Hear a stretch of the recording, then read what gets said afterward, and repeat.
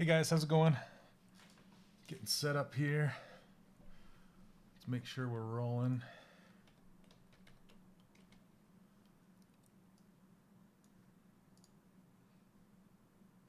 All right, looks like we are live. Awesome, awesome. Hey, what's going on, you guys? Me, you're always the first one. I love it. All right. Hey, no. All right. So let's see. What is happening, you guys? I'll let some people file in. Let's go over to Facebook. I was hoping that my stream would pop up on, let's see. Hey guys, no, I didn't make a stylized 2D shader. It comes with ZBrush 2019. It's a filter, and it's a material and a filter. It's a combination. So we're going to talk about that today. ZBrush 2019 just barely came out last week, so we're going to talk about that today because it's big news. It's huge news. All right, and I made a bunch of images. So with this shader, let me see if I can show you. So here's my cowboy in that same shader. You can check that out. Get it out from behind my camera here. Anyway, there's a lot of really cool things that you can do with this shader. Hello YouTube, how you guys doing? Holy cow, this chat's going crazy. How's it going, everybody? Happy Monday. Thanks for joining me. You guys are awesome. I will tell you what's happening. So as you can see, this code, if you don't have ZBrush yet for any reason, because maybe if it's too expensive for you, they just announced subscription style purchasing. So and they're not doing away with the perpetual license, thank goodness. They're not Adobe. Okay, I shouldn't have said that, but hey, it's out there now. So they have a monthly subscription and they have a 6-month subscription. And if you use this code, you can get $30 off a 6-month subscription. So yeah, feel free to use this code. I've rendered out a whole bunch of my characters with this new renderer. If you guys remember all of these in the from past streams. Let's see. So this is an image that Joseph Druss did from ZBrush 2019. And if you'll notice on this one, you can see that it talks about all of the new things in ZBrush 2019. If you didn't see the presentation, like folders, cameras, a new Zremesher, snapshot, 3D, and spotlight, they're kind of the same thing, but yeah, pretty cool. Anyway, yeah, Chuck, I agree, man. They really do. So. See, even this guy, and this one I just posted on my Facebook this morning, and this one, yeah, they all make them look really cartoony and cool, and it's a lot of fun, Okay, so I'll bring this back and show you guys these images later, but this is last week's. You know the little mouse where, from Mars, Mars, not the planet, but the person. He's an illustrator from France, and he said I could model this thing. But I just love the shader for this mouse because it makes this really cool shadows across the teeth and back in the corners of the teeth. Really cool. Night Shadow, am I going to the Lightbox Expo? Indeed, I am. I'm actually going to have a table there. First time ever. At a conference, I'm going to have a table. So please feel free to, if you're going to be there, drop by and say hello. Also, before we get started, I just wanted to show you guys, I changed around my website. Okay, I still have my free brushes available, but I've updated them to 2019. I haven't updated the brushes. The brushes remain the same, but I updated the user interface to reflect some of the new changes for 2019, and I updated my ruler.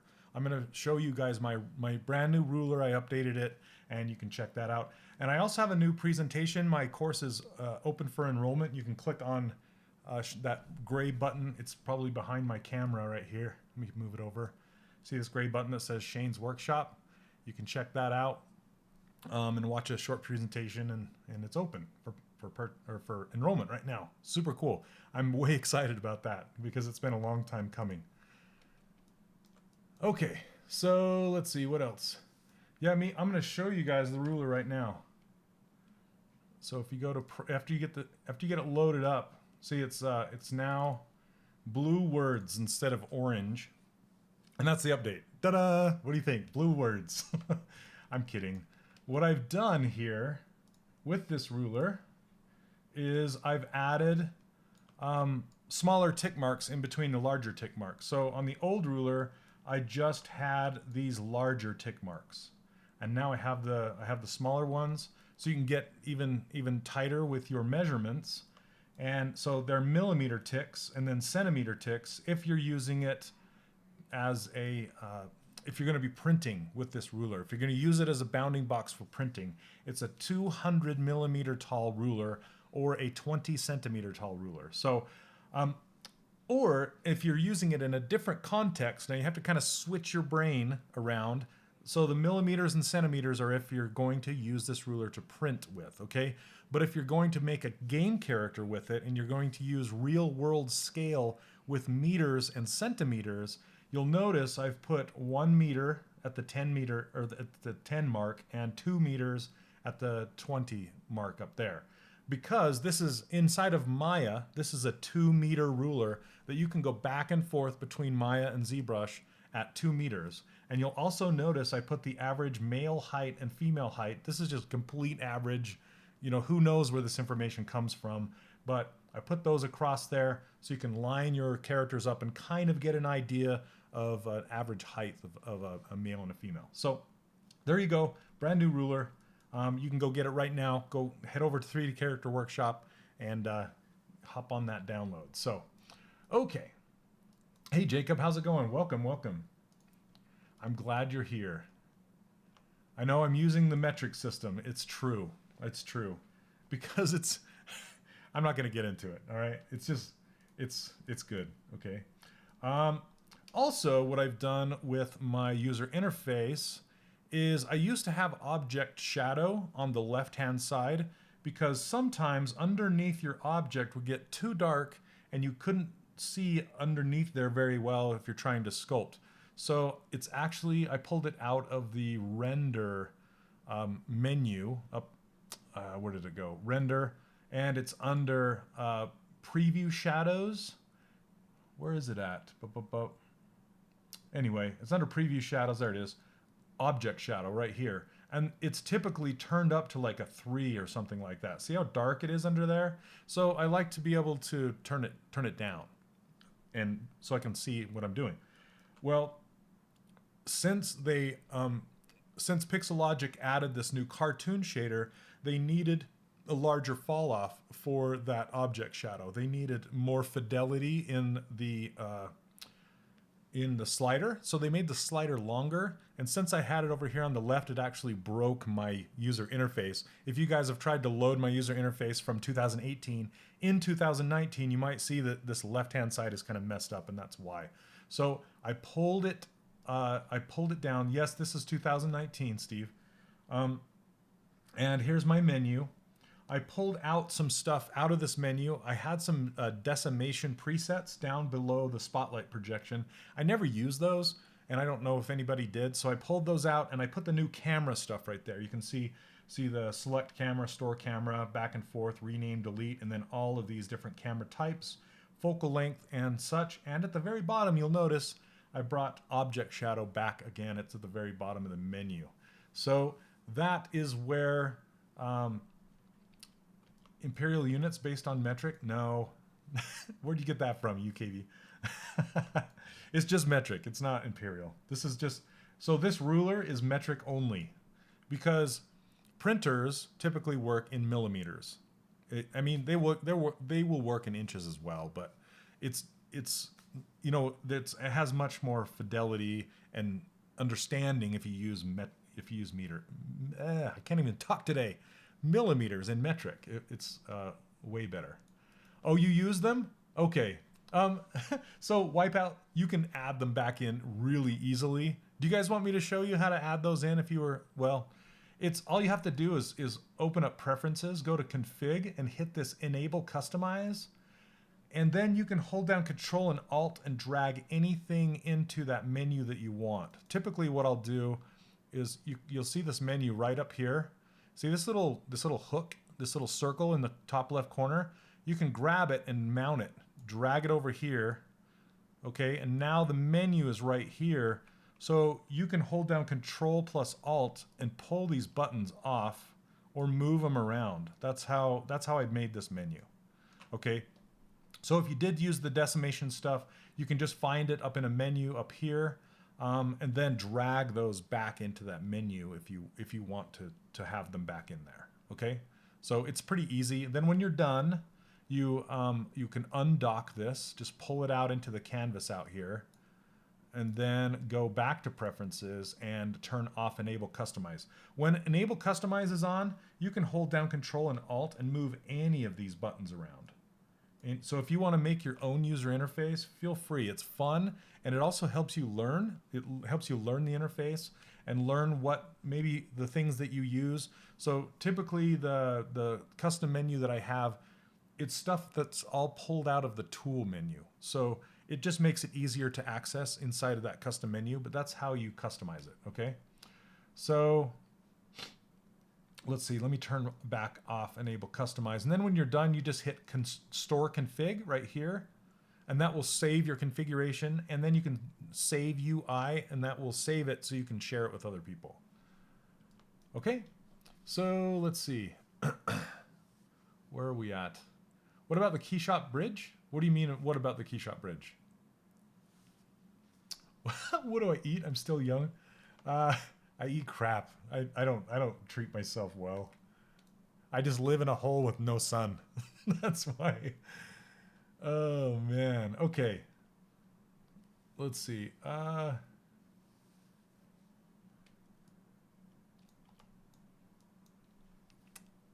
Sorry, I'm trying to catch up. The chat's going crazy, so I'm trying to catch up. All right. Anyway, let me talk to you guys about the new stuff in 2019. Would you guys like to see it? It's really cool.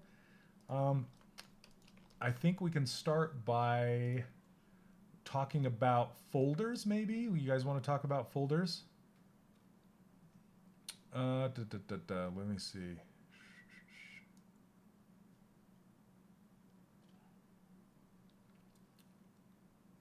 Let's see. I'm on Twitch. Dragon Podcast. Okay.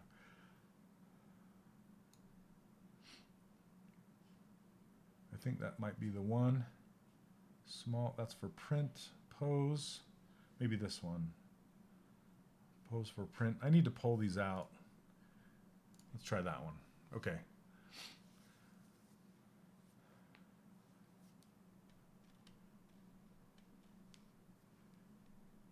Okay.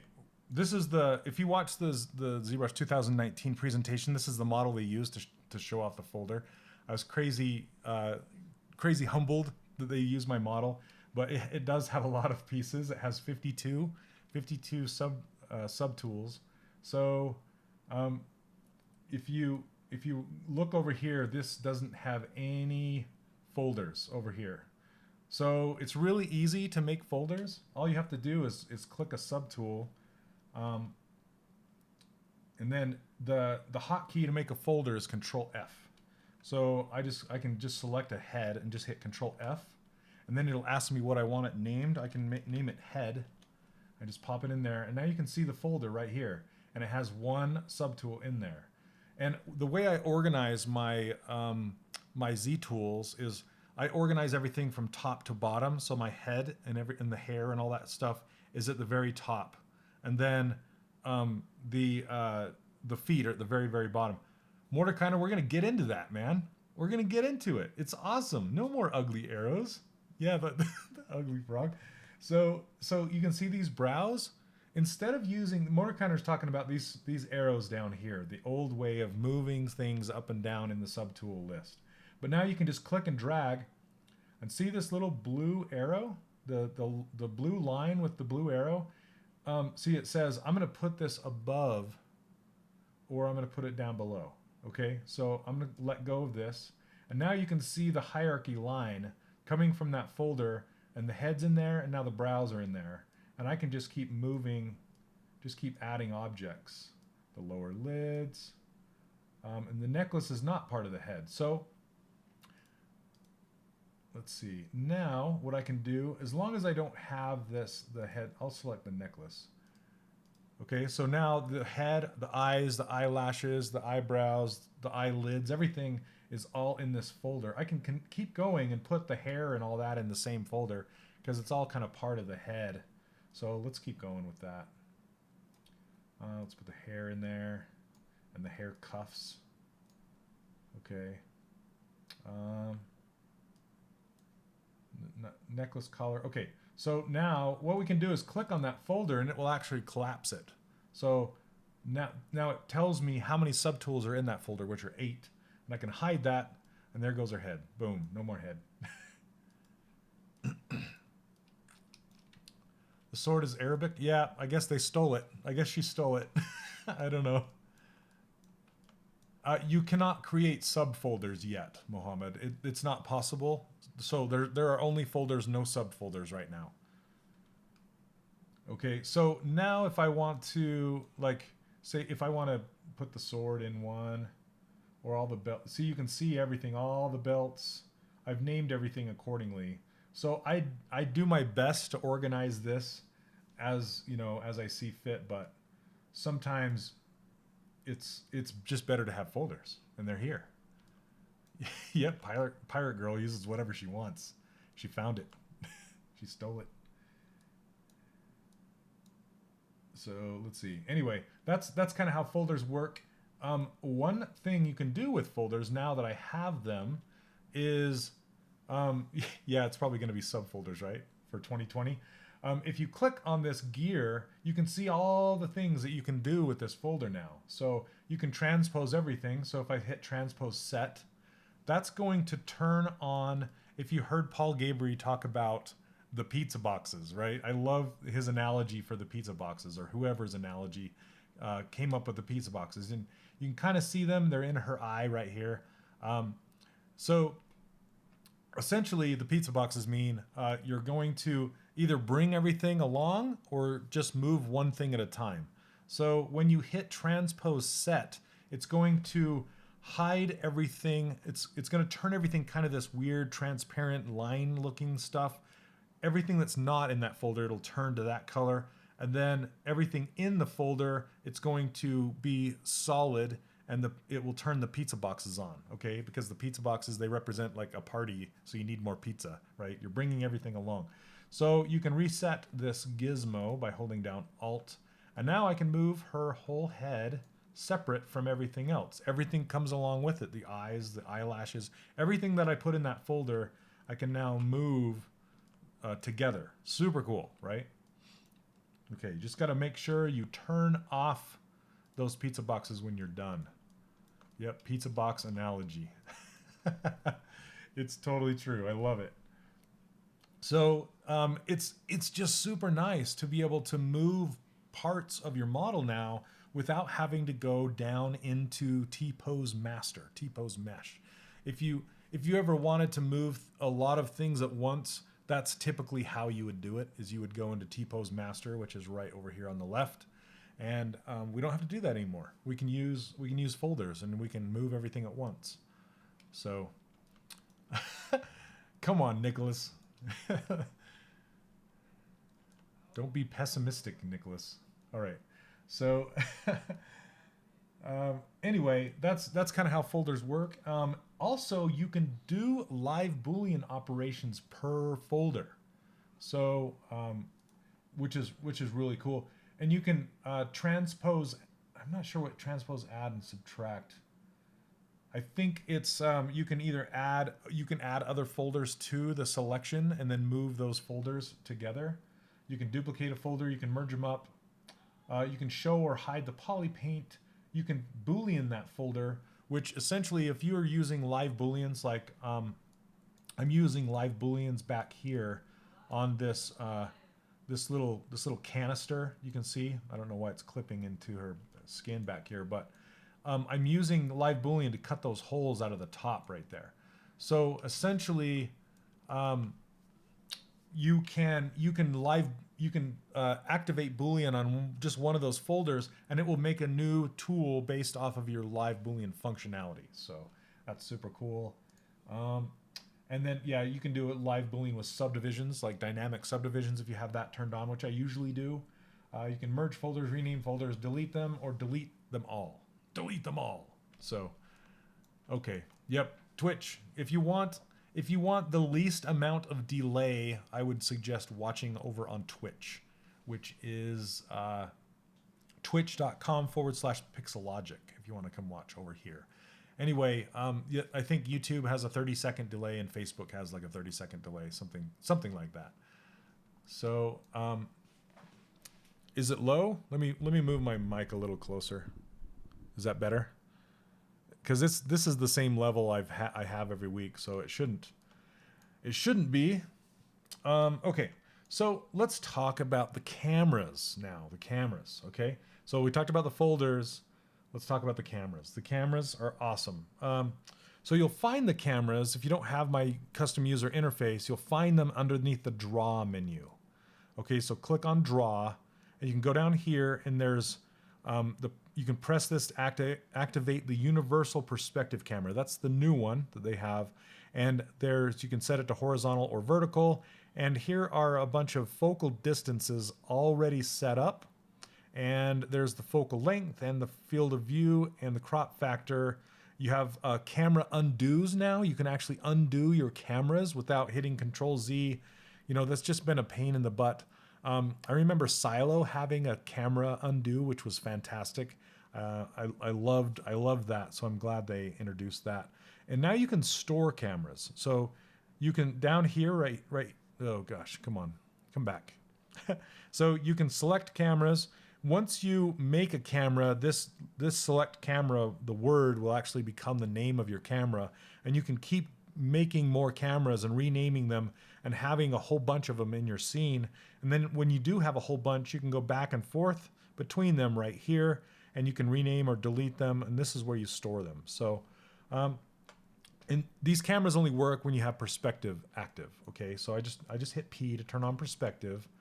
Okay, I'm gonna mount. Let's see.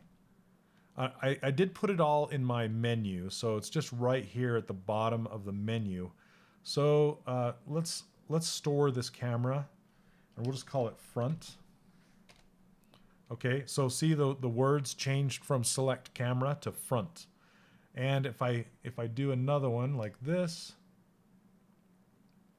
and let's try putting it at 28 or maybe 50. Yeah, let's try 50. It's a little less skewed. Then we can store this camera and call it back. Okay, now we can go switch between the two of them, front, back. Okay, so that's essentially all you can do. Yes, you can create a camera like Maya. So the cameras between Keyshot and ZBrush will match. They'll for the most part, they'll match pretty well. And then going back and forth between Maya, you can actually export the camera as an FBX when you're exporting over to Maya, and the camera will come along for the ride along with the focal length and all that kind of stuff. So you can, oh yeah, the lock, yeah, thanks Mortar. So there's a lock camera button up here too. So if you don't want to move the camera right here, you can lock it. So you can't accidentally move the camera anymore, which is pretty cool. And then, let's see. Yes, Phantom. You can completely replace the movie timeline as a way to remember your placements for modeling with reference. Yeah. So you can set up your reference. I don't know if it works. Let's try it one. I'm gonna turn perspective off and see. I haven't tried this yet, but I want to store an orthographic camera. Okay, yep, you have to be in perspective mode. So the closest you can get is turning it to 85 or even less, just super flat. There you go. That's almost orthographic. I mean, you still see the top of the cylinder and stuff. So there we go. So I can store this one and call it ortho. Ortho front. There we go. So now if I hit ortho front, you'll see the selections. So front, back, ortho front. What do I mean by focal length? You mean you can change which area you want to have sharper contrast? No, focal length is the camera focus length. So it's how, see, this is when I change it, you can see how it's like, that's 0.1. It's very skewed. It's almost fisheye. And then if you take it all the way to this end, it's almost flat. It's almost orthographic. Does that make sense? And then there's, yeah, without perspective, you can use the movie timeline for sure. Okay, so then there's some presets. So if you want a 35 millimeter camera, you just click on this and there's your 35. And there's also field of view, which is like, that's the focus. Let's see, and then I put object shadow. This doesn't have anything to do with the cameras. So, why default to spotlight projection on? I don't know. Actually, I should save it off, huh? I don't see. I never know what a project will save and what it won't. So I should save it with that off and update it. That's a good idea. Okay. Let's see. Thanks, Abram. Okay, so that is the cameras. Let's talk about the filters. So the filters are a blast, right? They are super fun. Now to try stuff with filters, what I usually do is go into, oh yeah, daylight savings, Neil. Yeah, it's daylight savings today. So I'm probably going, what, an hour early? Okay, so basically you can pick between one of these 6 presets if you want. I usually pick this lower left cartoon render one. I'm gonna say no to this. Okay, and this is where I usually start, is this really bright menu, or this bright project. And you can go in here and load a tool into this project. So like that Mars mouse that I had, or that trucker that I made the other day. Let's pull him in. He's kind of fun.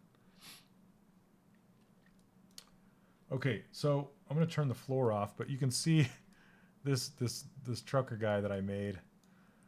Now you can mess with a whole bunch of different settings and filters. So first of all, let me turn this off. Okay, I have render over here already. So I like to take render and mount it. If I'm going to do any of this filter stuff, I like to mount it over here on my left. And then you pop open this filters right here. And then what you can do is you can just start playing with filters. So I'm going to hit BPR render. That's how you get to the filters, is you have to actually render it first. Okay, so you can see that it made like this warbly outline around the outside, and it just kind of softened the shadows a little bit. But there's some different things you can do. Let's see. I want to check this hat because I want to. This is a render. Well, there's texture painting on here as well. So like it has color and it has some texture work, but it's also being rendered. So the shadows are coming from the render, but the color is coming from the poly paint. Why you're having an issue with getting polygroups from an organic head when you try the new Zremesher? I guess I don't understand the question. Like, what? You're having an issue with getting polygroups? Yeah, I'll have to check it out. The epic one. Oh, with the mouse. Yeah, I'm not doing the mouse. I'm just doing. I'm showing you guys 2019 features. So I'm gonna actually add some subdivisions to this, and just kind of clean that up. You can see the shadow gets cleaner if I add real subdivision levels. I'll just hit apply over here too. Okay, so some things you can do. This material, if you go under material, you can see this is the new material. It's called Skin Shade 5, and it's a cartoon shader. And what you can do in this material, what I like to do, two things. If you go down to cavity right here, you can click on that, and you can change the color of it to like a brown. You can see it if I change it to a super bright orange. So you can see now the outline is orange. See that? Really cool. Not that I want it orange, but I can change this to like a brown instead of a black. And it's just more like a 2D drawing, you know, a 2D hand-painted drawing. So yeah, it's daylight savings here in the US, so I'm streaming an hour early for some of you, I think. Okay, so you can do that, and you can adjust these shadows. If you go under BPR shadow, there's floor strength and there's global shadow strength. You can turn that down to like a 0.2, and it will make those shadows not so harsh when you render it. Okay, so not until March 31st in Norway. Yeah, it's like different part of the globe, different sunrise, sunset times, things like that. And you can see how the edge is so distorted right now. I don't want that much distortion in the filters, so I can open the filter and I can go to filter. Let's see. So filter 2 is the displace. So you can see how it's displaced. I don't want it to displace that much, so I'm going to say -10. See, and it almost gets rid of it all, so it's much cleaner. Can you set that to multiply or overlay so you can get the undercolor, like the shadows? Is that what you're talking about? I'm not sure. I don't know how to equate it to the Photoshop, you know, multiply or anything like that. But you can try different filters right here. If you click on one, you can add them and just kind of keep going and just keep building them up and building them up. But I'm just showing you what I know so far. I have barely touched my toe in the water of filters. So, okay. Anyway, let's see. So this kind of shading also reveals your model flaws a lot.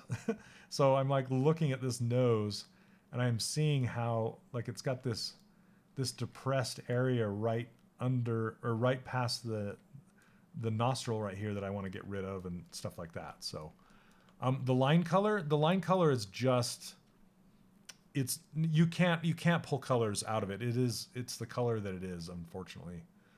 So under material, it's just this cavity color. That's all you get. So I don't know that there's any other way to adjust it to make it pull color from the model itself, but I'll have to ask about that. That'd be awesome if you could. Because then the red would be red and the white would be white, or yeah, that kind of stuff. So, okay, so now I want to show you some filter stuff that are presets that other beta testers have used on here. Okay, so you have to hit BPR first to render it out. Then you can start playing with the filters. Now the filters are up in the light box under filters right here. So if you, not fibers, filters, the other F word. Okay, so you can see all of these filters in here. There are a lot of them, a lot. Okay, looks like they end here. So these are all from beta testers. I was a beta tester, but I didn't have much time to mess around with this stuff, unfortunately. So I didn't get any of my filters in here, but what you can do is just double click on any of these, like this blueprint, for example. That's just super cool. It's just another way to see your model just out of the blue. So, so how are you able to stay in NPR and move your model? So yeah, I'm not moving my model in NPR. I'm just moving it with the Skin Shade 5 turned on. So as soon as I hit render, the BPR render, then I can't move it. If I do, it goes out. See? So I have to kind of get it settled, hit render, and then go into my filters. Okay. Then I can click on some of these other things like this sketch. I want to hide my keyboard for today. Let me close that out so you guys can see it better. Okay. Yeah, there's just a ton of them. Charcoal with white, chromatic. There's this children's book. Just super fun. Are the filters editable? Absolutely. Yes, and you can create your own new ones. It's so rich in there. All you have to do is go into these filters and you pick a filter type. See how this is flat shading? You click on here and here are all your filter types right here. Sharpen, display, saturation, tons and tons of filters. Then what you do is you pick a blender mode. So here's your darken multiply. So you know what? Maybe you can find a way to do a multiply with the edges using a blender mode. I want to check it out. So maybe I just found it accidentally in here. Okay. So then you have flat shading, which you know, you can adjust right here, your opacity. This is the opacity of the filter. Okay, and then there's modifiers. And these modifiers, you can actually adjust what the filter is doing inside of this modifier. So you can pick like the number of shades. This modifier is particular or specific to this filter, okay? If you choose a different kind of filter, the modifier list is going to change based on that filter that you chose. Then you can go in here and just a whole bunch of other parameters that you can adjust as well. But typically you'll be adjusting the modifiers and the blend mode up in here. So yeah, super happy accidents. Okay, so let's choose. I just want to go through and show you a bunch of these filters because they're so fun. Black and white sketch, completely abstract. It's just like, bleh. I love it. Let's see, I like this charcoal one too. Diagonal glitch. These are really cool comic styles. Excuse me. Some of them work better than others with darker colors or lighter colors, depending on what you have. Paint effects. There's some dots, really cool dots. Heavy strokes. Let's see. This is the one that Joseph made, which is kind of cool. It looks kind of like a watercolor. I don't know, this big shadow. I want to adjust this big shadow. It's kind of messing with me. Colored pencils. Look at that. It's really cool. Look at the detail in the surface of the shading just by doing filters. Hey, what's up, Brett? How you doing, man? Brett, are any of these filters yours? Did you make any of these? I didn't have time. I wish I would have. Well, hey, Don, tell your son hello. Hello. This is my favorite, this one right here, because it has these little diagonal hatch marks inside of the shadows, inside the darkest of shadows. Super cool. Yes, you can tweak the pre-existing ones and save them as new ones. Yes, absolutely. So if there's something you just you like it, but maybe the shadows are too dark or the hatch lines are too small or something like that, you can just go right in there and adjust them, save them out as your new filter. There's more colored pencil-ish looking. Pablo made this really cool oil paint. So if you saw during the presentation, he made this landscape, this beautiful landscape with these trees and sky and all sorts of stuff. And he used this oil paint and it looked like an oil painting. It was impressive. It was impressive. Super cool. Yep. Me neither, dude. Me neither, Brett. I just didn't have time. I wish I did. I really want to play with these. They're super cool. Yeah, this one's fun, and it has this little tiny. It's probably hard to see on your screens, but has this little tiny brick pattern. Super tight. Super tight. Yep. I did the same, Brett. I made a whole bunch of them. So let me see. So see this? I just did cartoon renders of a whole bunch of my characters, just to see what kind of effect it would have on them. Yeah, I love how the shadow crawls across the surface. And like even in these scales, how it defines the scales. Super cool. And how it just kind of brings out some of the details of the surface. Is it complementary to make materials or sort of like a replacement for them? You can. So I would go back and forth, and I would adjust the material and then adjust the filters as well. So, yeah, this is a Space Channel 5 fan art, but it works so well because it looks like a cartoon shaded character, and then this guy, yeah, just super fun stuff. So, I love it. I love it. I love it. Can you control the line widths on the outlines? Yes, you can. Just have to go in there and mess with it. Here, I think there are some examples here. Yeah, see this right here? And this looks like, it looks like sketch lines underneath in the shadows. It's so cool. Let me see, there's like a bunch of these pencil sketch types. This is a lighter one. I don't like that one as much. Pencil and ink. That one's kind of cool. It's not, since it's funny because it kind of tells you what it's reacting to, and you kind of have to go back and forth and figure out. Let me load another character. Let's see. Maybe this vampire. He's kind of darker. So the filters take the render data as input and split it by its passes and then modify the passes. You're absolutely correct, Benjamin. Yes. Hey, what's up, Clem? How you doing? So let's check out this. Let's play with this vampire. I can't wait. Okay, so let's hit BPR shadows. And then it just takes on the last filter that you had selected. So let me make him small down underneath here. So when I have this up, we can see what it's doing. So we can try some of these watercolors. Oh, I got to render it first. If you click on a filter and it doesn't work, that means you didn't render it first. You have to render it first. That's pretty cool. Thin outline. There you go. Crazy stuff. It's kind of purple. Like I said, this is my favorite one. Look at the hatch lines underneath in the shadows. I don't know if you can see that very well. And then this retro game one's great. You know, instant 8-bit graphics. Oh, it's cool. And you can make filters for the backgrounds and filters for the character themselves. So you can actually affect both the front and the back and do different things to both sides. And that is adjusted with this mask. I think it's mask border or the mask. I can't remember. Anyway, it has to do with the mask. If you set it to one side, it's affecting the character. If you set it to the other, it's affecting the background.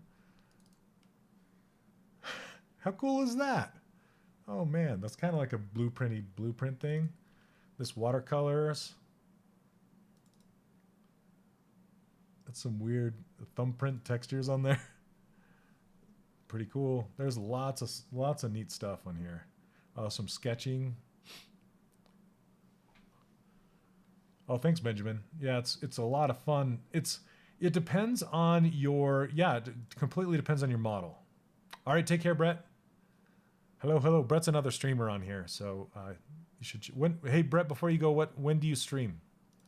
Really quick, do a shout out, man. Brett does awesome monsters and creatures and things. How do you break off the render panel to the side? What do you like? I don't think you can. Paul, I think you can, but I don't know how to do it. Paul Gabry told me how. I think you can pull it out of here, but I'm not sure. There's some crazy ones. Anyway, a lot of fun. Play with these. Just kind of go to town with them. Comic style. No, maybe this one. Brown lines. There we go. That one's kind of interesting. I love the blueprint. Every other Friday from 1 to 3. Awesome. There you go. 1 to 3 Pacific time, probably, right? So, yeah, and this is my new user interface for ZBrush 2019. I didn't adjust any of the brushes. I only adjusted the user interface. So if you want the user interface, go check out 3dcharacterworkshop.com, and right on the front page is the place where you can grab and download those the brush right here. So this is 3dcharacterworkshop.com. You can grab them right here. And that will also get my brand new ruler file. I was talking about that earlier in the stream. I've adjusted the ruler to have more fidelity, more tick marks. Yes, so the ruler is new, and the user interface is new. Slightly. I slightly changed it. I didn't move a whole bunch of stuff around. I only pulled the object shadow out of the sidebar and stuck it in the custom menu, and then put the camera stuff right here. So the object shadow's right here and the camera stuff's right here. So that's essentially the only things that I changed for 2019. So, oh, Central. Okay, Central time. All right. Thanks, Brett. Take care, man. Have a good one. Okay. So, yeah, I can show you that ruler file really quick. Let's see. This probably has the old ruler in it. Yeah, it does. Okay.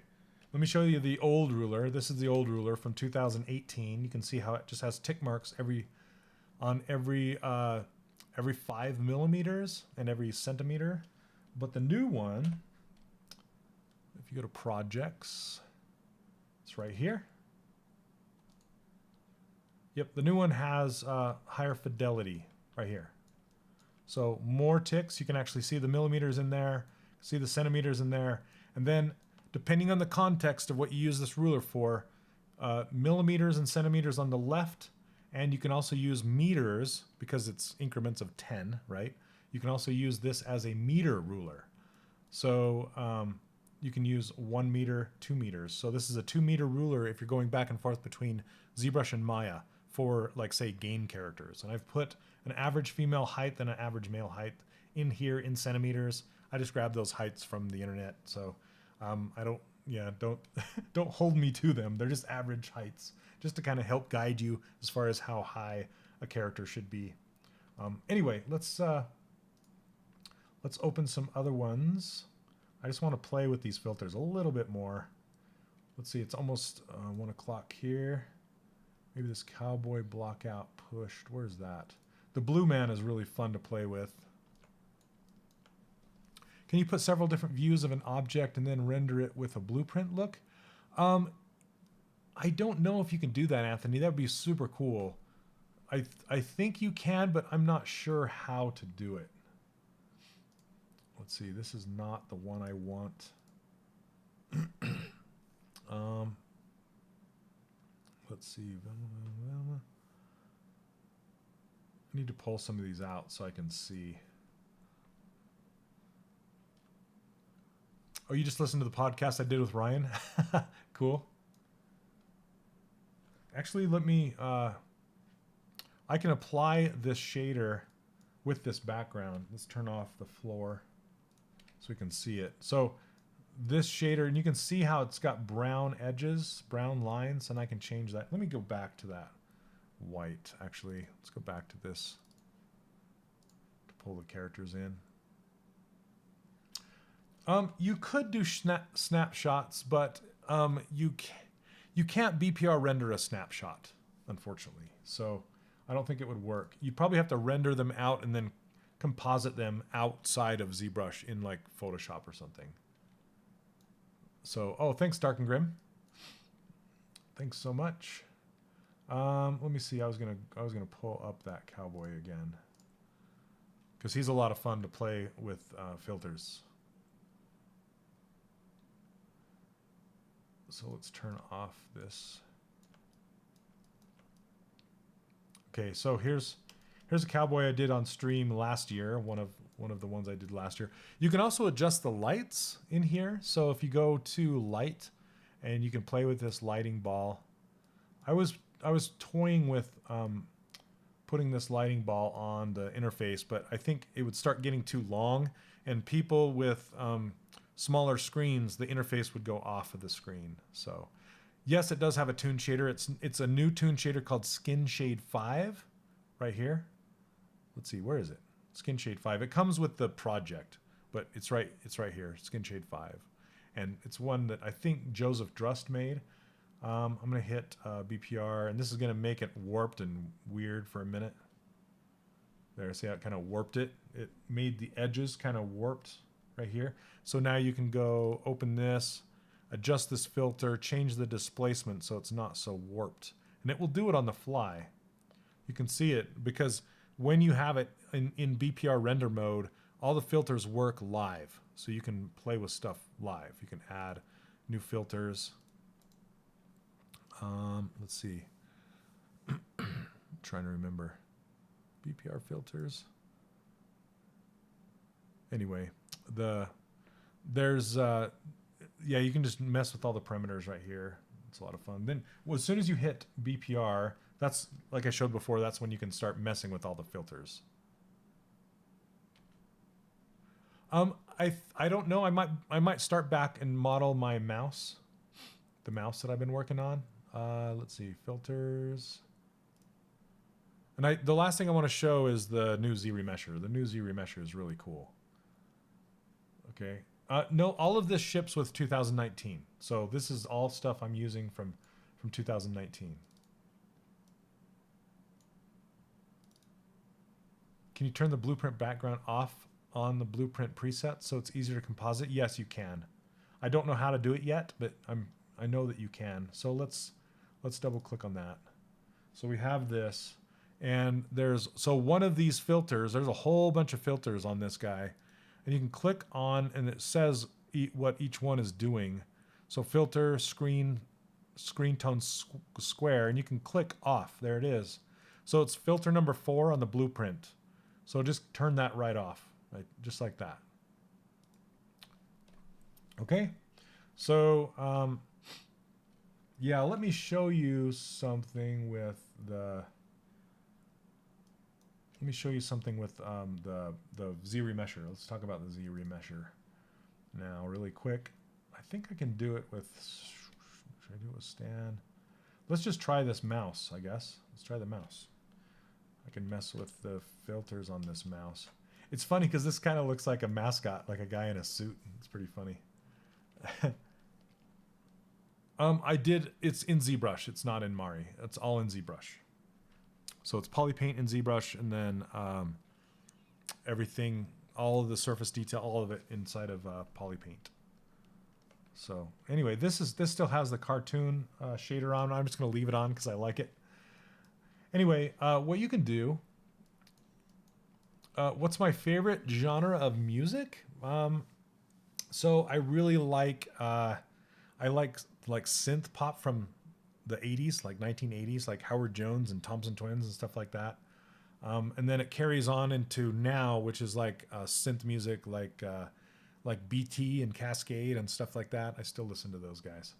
So that's my favorite stuff. And then sometimes when I'm modeling, I like to listen to movie soundtracks, depending on what it is I'm modeling, you know. Like this would be a good one for listening to Tom and Jerry, something like that. Anyway, okay, let's see. And I like game soundtracks as well. Kind of cool. All right, so let's look at this head, and we'll look at the actual what's happening with this right now. Okay, so the new Zremesher. Yeah, spotlight modeling. I don't really get into that. I'm probably not going to. Yeah, Dead Mouse. There you go. Listen to Dead Mouse. Perfect, Craig. Oh man, if it wasn't copyrighted, I'd be listening to it right now. So, what was I actually have songs to sculpt to. It's my playlist on Spotify, and it's mostly movie soundtracks. Yep, 80s synth pop, like The Cure, Howard Jones, all those. I'm an old guy. I like all that stuff. Okay, so essentially, how you can get the best results out of the new Zremesher is by using polygroups, and keeping why can't I talk today? And choosing keep groups. Okay, so we're gonna hide everything else, and I'm going to put a mask on the eye mask. Okay, just kind of across here, and I've actually found it better if you don't use edge loop mask border, if you just group it. And how you group it is if you just hit Control W and put it into a group. You can also use an external plugin called Polygroupit, and excuse me, there is a, I'm trying to remember his name. This is my student community, by the way. Corinne posted this, but it's this, let's just go to it. It's Francis Xavier made this really cool topology hint on, it's up on ArtStation. I think it's trending right now. You can go check it out. But he explains how to use polygroup it to get these really cool, nice Zremesh flowing lines with creases. And he does it with Dynamesh and polygroup it. So you can see that he paints a black line on the surface where he wants the polygroup lines to go, and then he uses polygroup it to define his polygroups, which is a really nice way to go. Okay? I like all kinds of music. I've also been listening to I like heavy metal stuff from the 80s too, like Iron Maiden and stuff like that. And I've been listening to covers made by Frog Leap Studios, Leo over at Frog Leap Studios. He does these fantastic, just phenomenal covers of popular songs, but he turns them into these heavy metal songs. And it makes my ears happy. So, hey, you're here. Hey, what's up, Francis? Yay. Yeah, man. That's a great tutorial. I love it. So thanks for putting that together. And Francis, I was just experimenting with the Zremesher this morning, and I just found out that you can just polygroup as long as you have enough information. This is a Zremesh mesh. It's not even a dense mesh, you know. You can just start making your polygroups. So I'm just going to Zremesh this just to show you really quick what it's going to do. So if I go down to geometry, Zremesher, make sure my symmetry is turned on, and hit keep groups, and just hit Zremesher and see what it does. Just go to ArtStation and trending, and you'll see it right on ArtStation. You'll see it right on the front page. So check this out. Bam! It just made awesome poly loops. It's really nice. It just went right around the area that I wanted it to. Fantastic. So, hey, what's up, Chris?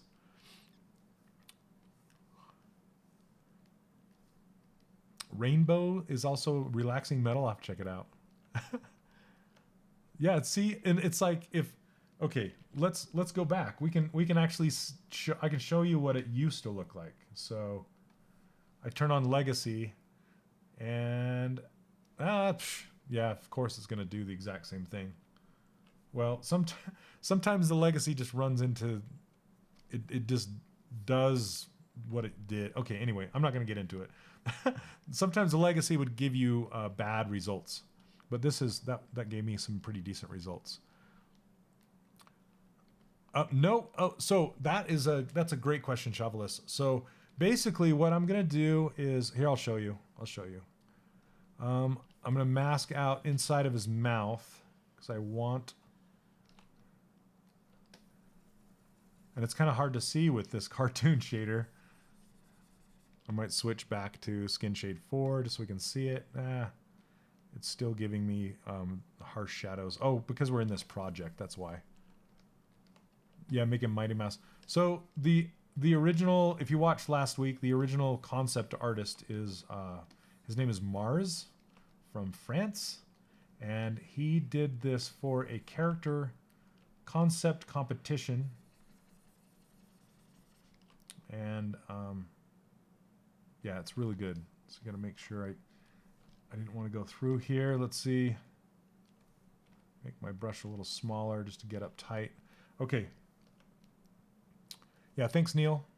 Neil's posting the links to Mars, Instagram, and Facebook. Okay, so I'm going to hit Control W again, and that's going to put that in its own poly group. Now, what I can do as well is I can hide these. So I can isolate and hide those poly groups. And I'm going to get to your question right now, which is I'm going to mask around this mouth because I want another loop to go right around this mouth, like this. Okay, so he's got a clown mouth. I'm going to hit Control W to put that in its own poly group. And just for fun, let's put one in the ear. I'm spinning this all over the place. Come on.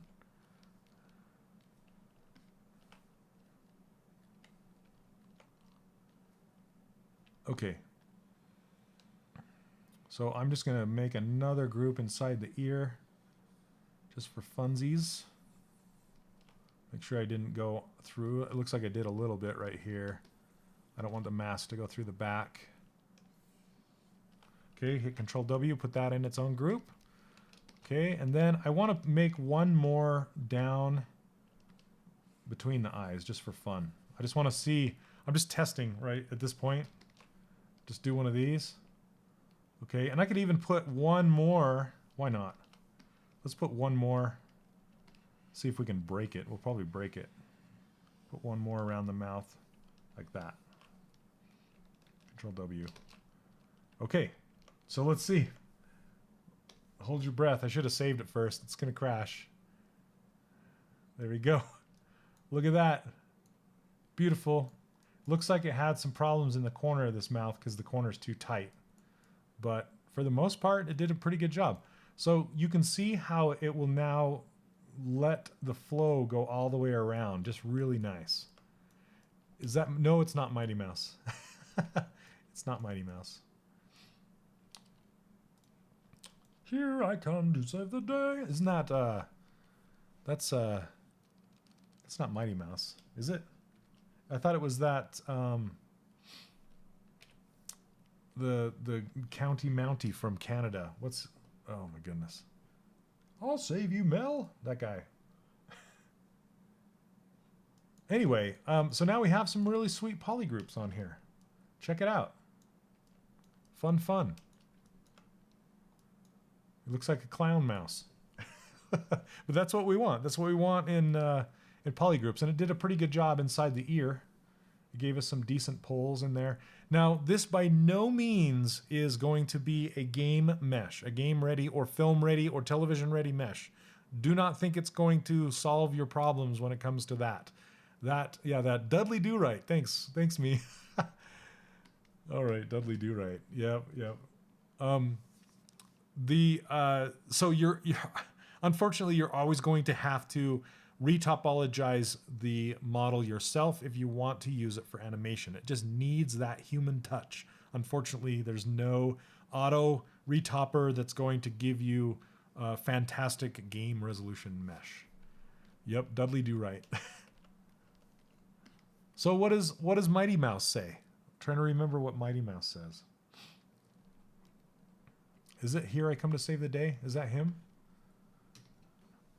It's funny to see when I ask a question, Twitch answers first because the delay is not very long, and then Facebook, and then YouTube. YouTube has the longest delay. But yes, you're all right.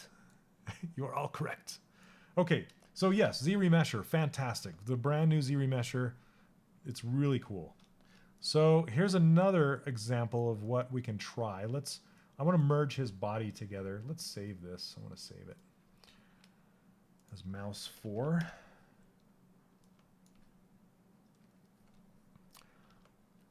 Super average man. Oh man, really? Not even the modelers? Oh, that's bad. That's sad. Come on, modelers should get it. Okay, so one thing that I've noticed when using Zremesher to try the new Zremesher, I don't use Wrap 3D. I haven't used it. I'm sure it's awesome. I just haven't used it yet.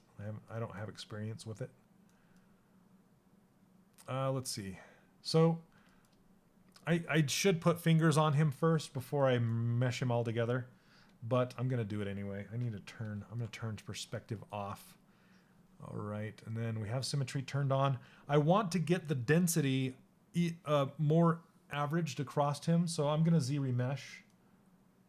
I'll duplicate it and then Zremesh him. Okay, let's see. I'm not gonna keep the groups. It's gonna keep the groups anyway because they're... Oh, that's way too dense. Okay, let's see. Let's try a 2. Try that. That's better. Let's see. Let me solo this. See, now that it has more average density. Okay. Now, I guess I could keep groups. I need to keep groups. There we go. That's better. I do need to keep the groups. Do you use retopologize inside of ZBrush, or you use? I use another software. Yeah.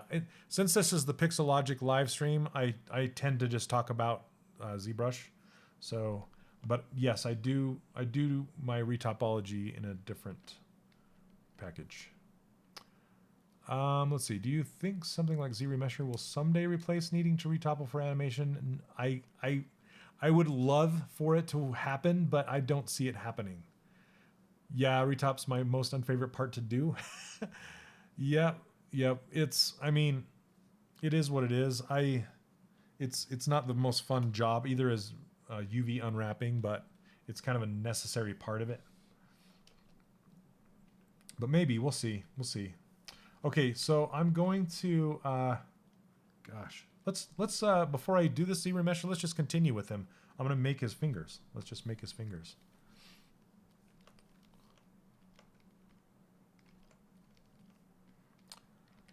Hey, what's up, Jace? Yep, that's it's between that one and one other one that I can't say.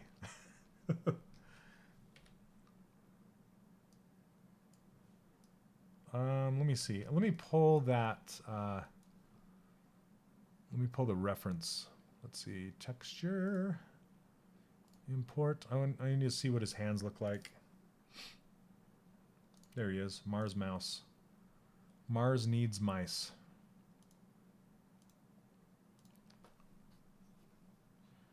Okay, let's adjust the intensity to get rid of the black outline a little bit.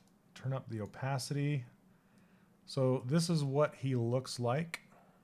This little Mars mouse. I'm going to park him kind of up like this. You can't really see his fingers, so I'm just going to have to make them up. I'm just going to make little small stumpy fingers. Pump up the volume. What are you guys saying? Pump up the volume. Is this quiet? It's almost in the red on my side, so UKV, how did you know? Lightweight for Amiga. I use TrueSpace to do my retopology. Oh man. Okay, I'm gonna flip these around because I want his fingers to be plump, whatever.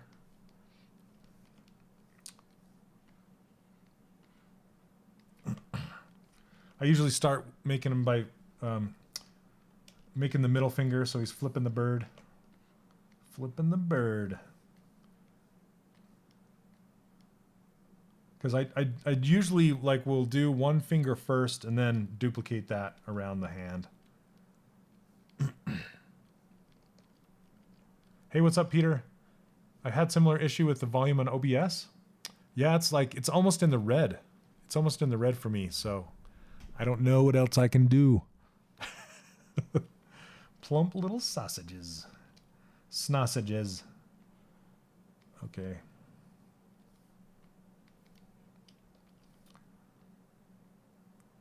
Curve it down just a little bit. Volume's fine on Twitch, kids. If you were over on Twitch, you'd know what I sound like. Okay, I'm gonna pinch the edges. I just want to make his fingers kind of flat on the ends because I like flat fingers. Really, UKV? That's weird. I don't know what to tell you, man. I'm doing all I can. Giving her all she's got.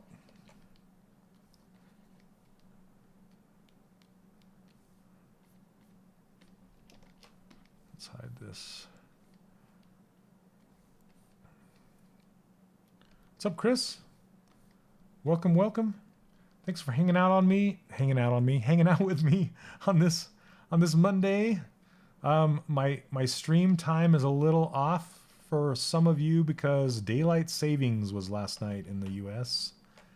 So I'm an hour earlier for some of you. Thanks, UKV. Oh man, I really don't know what to tell you.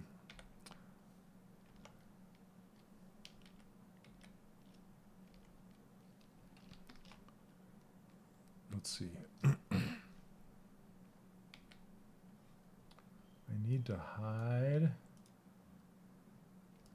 I think I didn't, did I not split out the pieces or what is happening here? Let's go. There we go. Okay.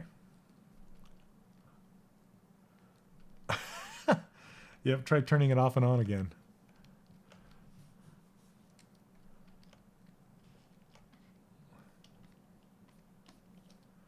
All right. I don't want it that square. I want it square, but not that square. You guys are hilarious. Okay, let's see.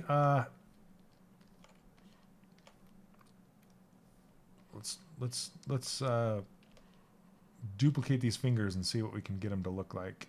I want to have a lot of space in between them just for fun to see what they look like that way. And you'll notice every time I duplicate something, it puts it in the same poly group. So what I will typically do is invert the mask and hit Control W to put it in its own poly group. Just leave it. He's just the single-fingered mouse. Poor mouse.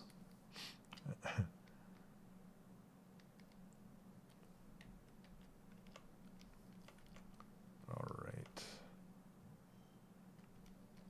I don't know if I want that much space, but we'll see.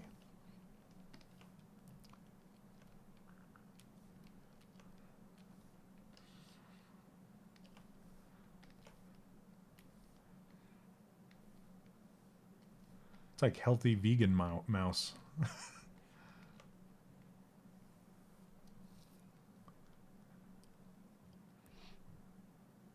All right, come on. There we go. Chicken feed. Chicken feed mouse. Yep. Peanut butter works. I can attest to that. Turn on local symmetry. I'm going to scale this finger down.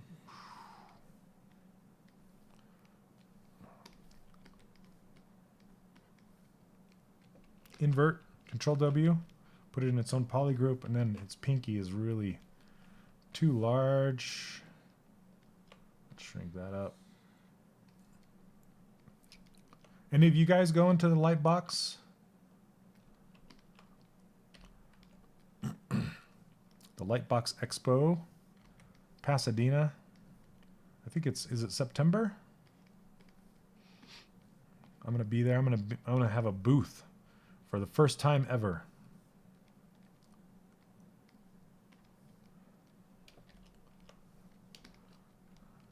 There you go. I just need to give him opposing thumbs.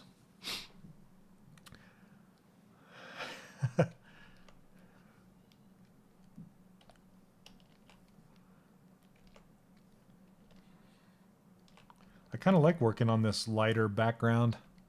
I can see stuff easier.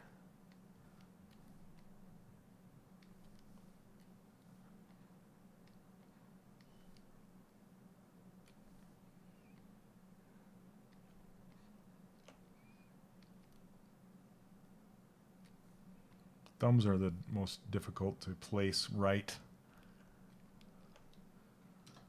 Got to grab this update. Yep, it's fun. This update is fun. Okay. This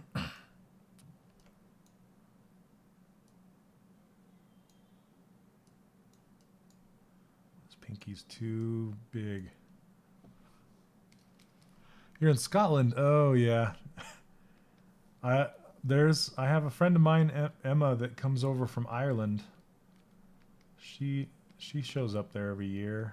Not Lightbox Expo, but the ZBrush Summit.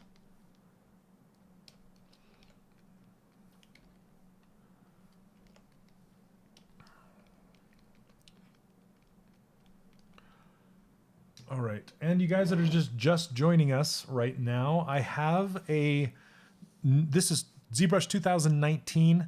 I have a new user interface for this and a new ruler. I talked about it earlier in the stream. You can watch it back on YouTube.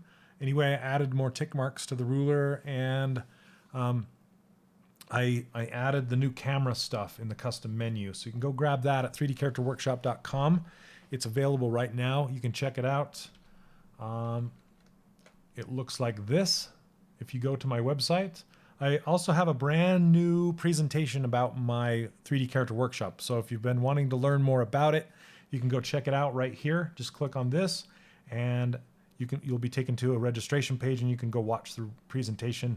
I worked super hard on that. So feel free to check that out. And what else? What else? Oh, yeah. And ZBrush now offers subscriptions. So if you don't have ZBrush yet, because it's been too expensive for you, they still offer perpetual licenses, which is great. And the update is free for perpetual licenses.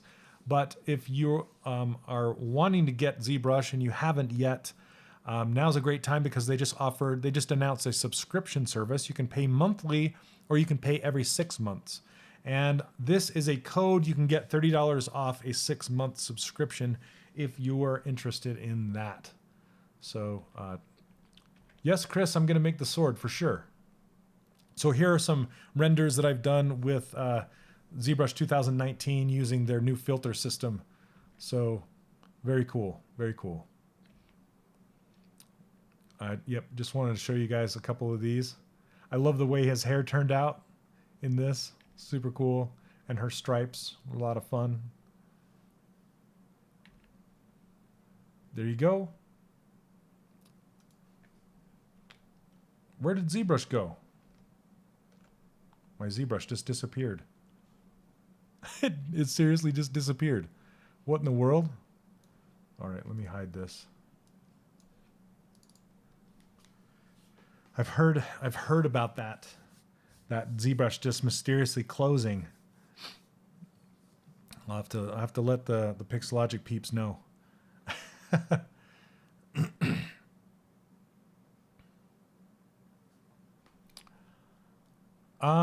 They have not announced anything about that. Okay, let's go to quick save and hopefully we're here. Quick save.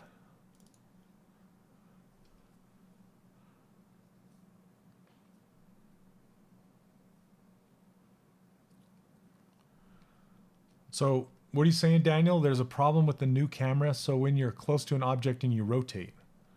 So, okay, let me turn it on. We're at the new camera. I'm really close. And I'm rotating. So are you talking about, yeah, the phantom crash, Francis? That just happened to me. Just like out of the blue. It's like, boom. At least it saved my file. I don't know how far back it saved, but thanks, Janet. So to rotate when you're close, like this, when you're extremely close, if you're using the tap and rotate method, you have to do it inside this gutter. See this little gutter down here? Inside, between this little tiny white line and the edge, you have to rotate there. That's always been in ZBrush. Or you can do right-click navigation where you set right-click to your front pen button and then just hover over your model. I'm not touching on the surface. I'm just hovering and then holding right click and I can rotate. Is that what you're talking about? So that's always been there. So let's see. Yep, we got it. Quick save to the rescue, man.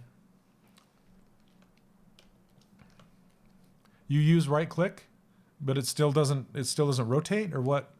Yeah, maybe send a ticket into Pixelogic and tell them what's happening and maybe record a video showing what's going on.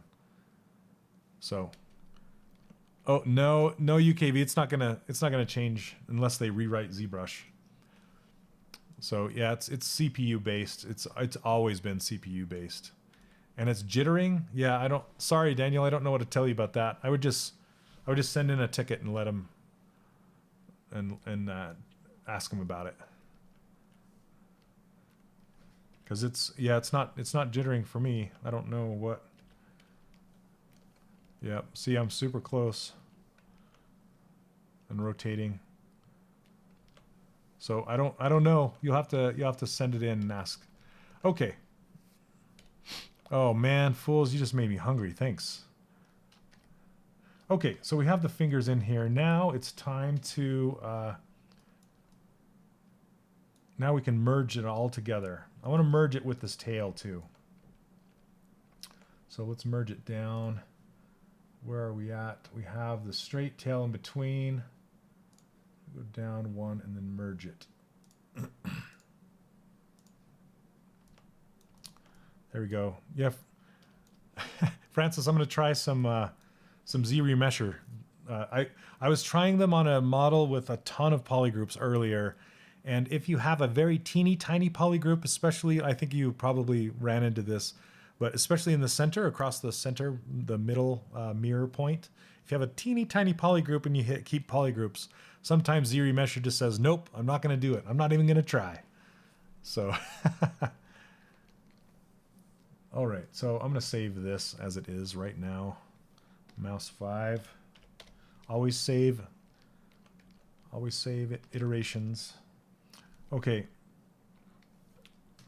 So let's merge this together. Duplicate.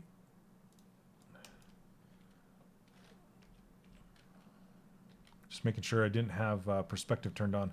I need to reset my axis to the center of the world before I do this, and then pull up the gear and then hit remesh by union. Gonna merge everything together. The trickiest part is the fingers. Actually, before I do that, I'm gonna Zremesh it.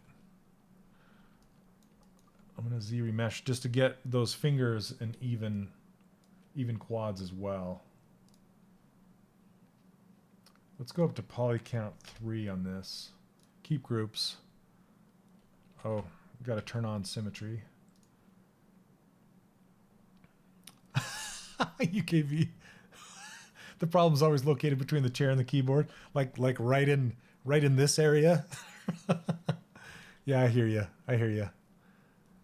Yeah, merging the tiny groups to the big groups helps a ton.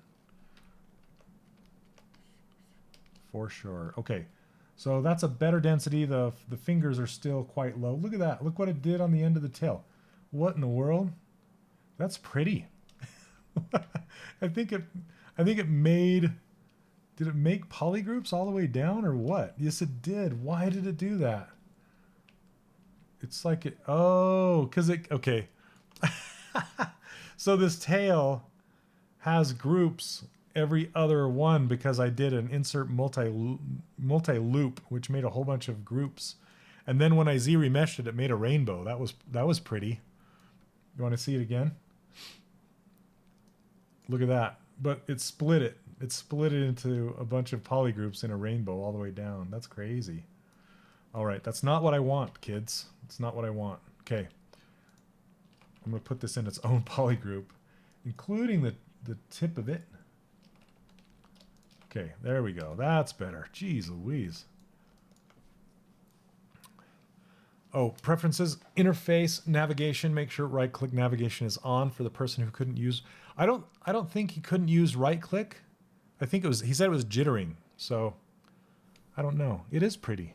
It is so pretty. So let me see. Interface, navigation, right-click navigation. So yeah, you can check that out to make sure that's turned on. Enable right-click pop-up. Yep. Okay. So let's run this Zremesher again now that we have it. That's better. Okay. Smooth this out. General.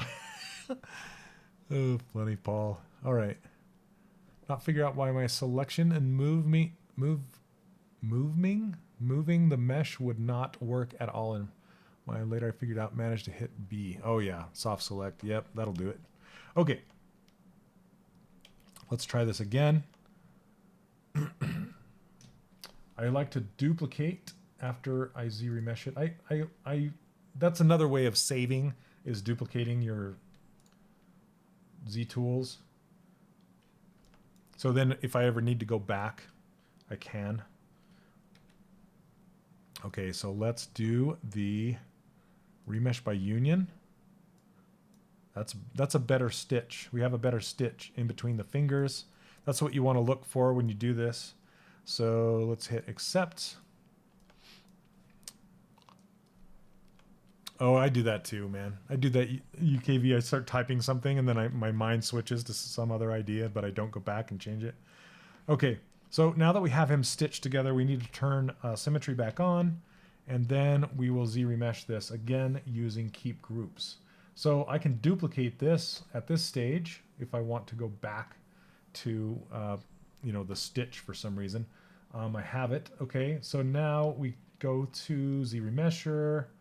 And let's try keep groups with a level of 3. Oh man, look at that. Thank you, Zremesher. That's beautiful. It looks like we have one little weird stitch right there, but for the most part, look at that. That's beautiful. All right. Hey, Dan, I already covered folders earlier in the stream, but I'll go over them again just for you. So I can clean this up. So it looks like it made a little pull right here. Yeah, but for the most part, man, that's a beautiful thing. Beautiful. Yeah, Zremesher. Go, Zremesher, go. I want to make this tail a different polygroup so we can actually see how well it did. Okay, I'm going to hit it one more time to see. Sometimes it's good to Zremesh a remeshed mesh. It's like a Dr. Seuss rhyme. But sometimes it's not. Look at that. It actually ruined it. It did a worse job. So I'm just going to keep it as is. I like this. It's a good job. Good job, Zremesher. Okay. 90% there. You're just joking, Dan? Oh. Okay.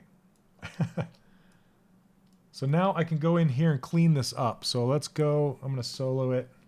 So like the shoulder connection, the leg connection, now that they're connected and sewn together, I can come in here and relax with the smooth brush and just make those transitions even cleaner. I'm just barely smoothing it at a smooth intensity of like 5 or 3. Craig, that is, I can believe it. I can believe it. Because my mind doesn't even shut down when I'm sleeping. It's still going. The most bonkers dreams ever. Yep, he's so, look at him. He's like, yes, look, my body's remeshed. I love it. So happy right now. That dark shadow. Let me see if I can turn that down with OBJ shadow. Yeah, there we go. See, that's what object shadow does in the preview, is you can turn that, well, you can basically turn it off, turn it to 0, or you can make it black. So I like it, but not so dark. You can just lighten it up. Yep, he's like, bite your finger. Let's fill these up with this color so it doesn't change to the darker color when I'm moving it around. And I did leave my, or I lost my my reference. So let's pull that back in. Twitch reference. This one. Oh, add to spotlight. And click intensity. So you can click this intensity and roll it around.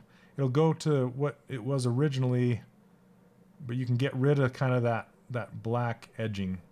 And then you can go to opacity and crank up the opacity. And park it back in the corner. There we go. Oh yeah, Max from Salmon Max. I love that game. That was awesome.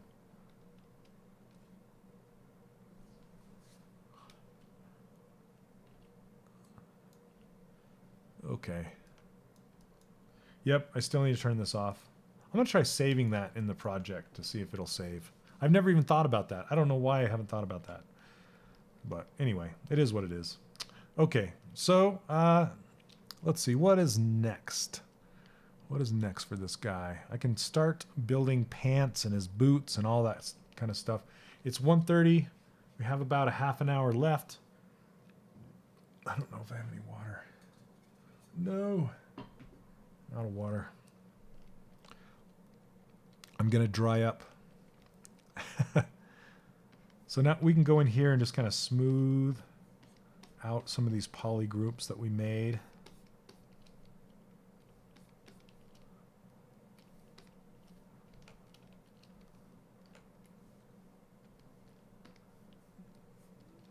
Yeah, let's do...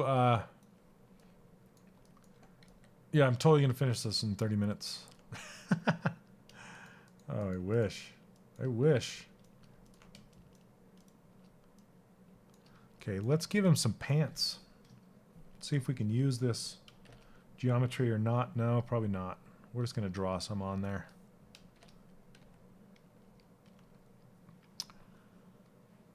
Yes, my right-click menu is in my brush download. You will need to set it to hotkey to get it to pop up. So I actually, I set, you'll find the menu on the top left. It's called 3D Character Workshop right there after you install it.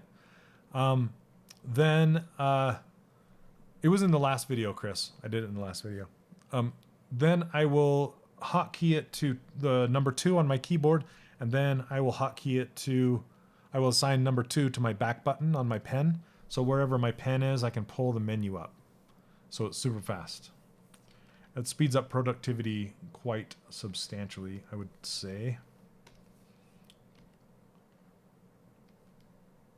Just adjusting these fingers.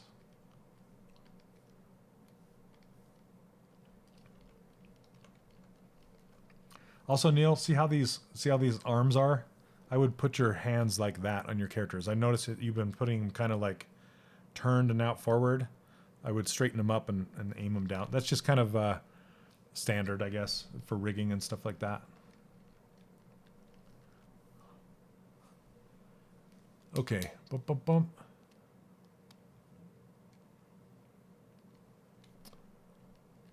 Okay, let's, I want to save this again. Save it, save it. Okay, and then I'm going to draw some pants on him. Yeah, this is a Wacom 27-inch.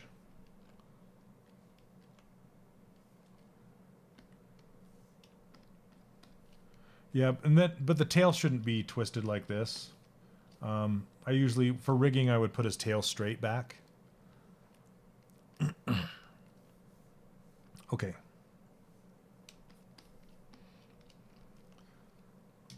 Let's do some pants. So for pants, I will just have the object that I want to draw them on and then click topology and then just start drawing them on. This guy needs some pants.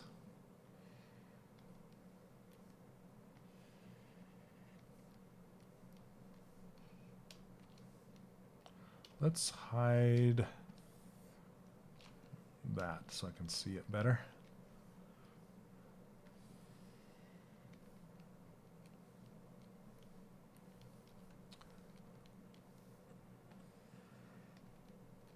We need a smaller brush.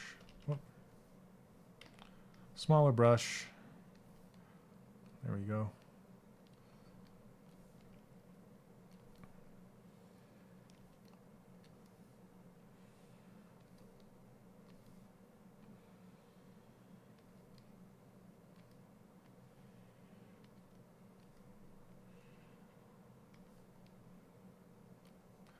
Do one of these. Make a hole for his tail in the back.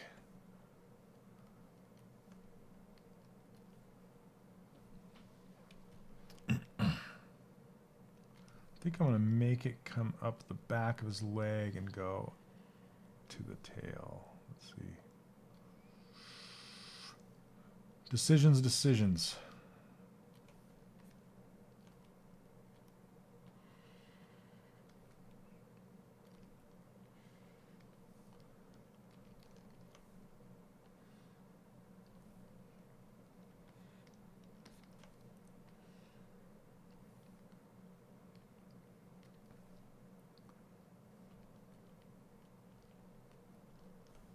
I don't know if this is crossing or not. Maybe.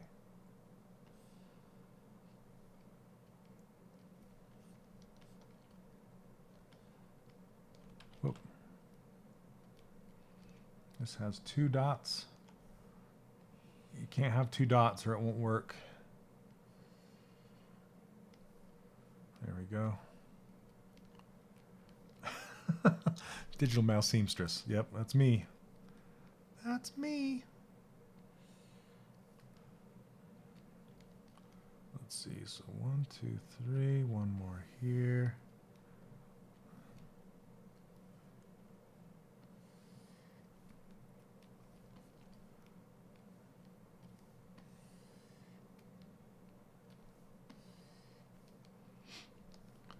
Sorry, I'm trying to focus here.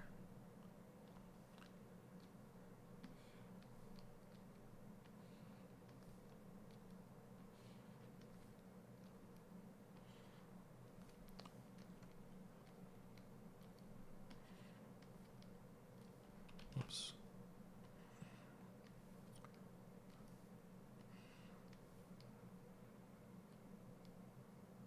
What in the world? Stop that. There we go. just when you say it, I make it look so easy. Need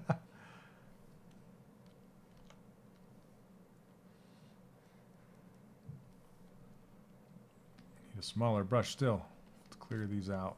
Try it again. Okay, so there's that. Let's bring this one across. And there'll be a pull here. Let's see. Pull here.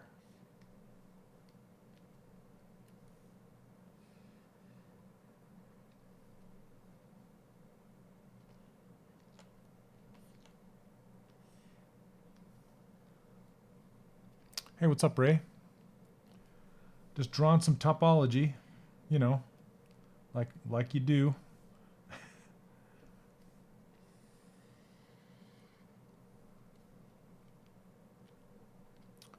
Let's see, I need it to go. This is where it gets tricky. I don't know that I like that. You can always delete it and start over. I want to go like this and then put a pole here. But see, that doesn't make that work. It makes a triangle. We don't want triangles.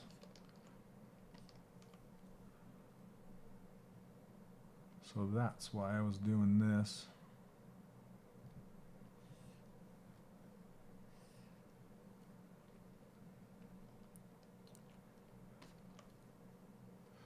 I'm going to clear this because I want it aiming this direction.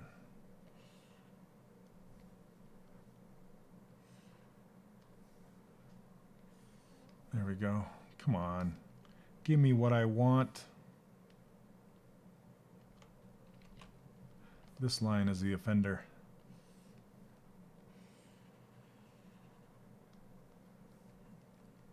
Now this line is the offender.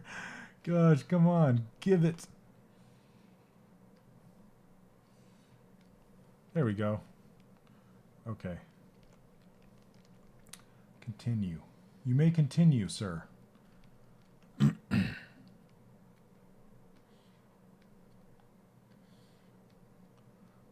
It's not the best topology, but it's going to work. Okay, where's center? Is this it? No.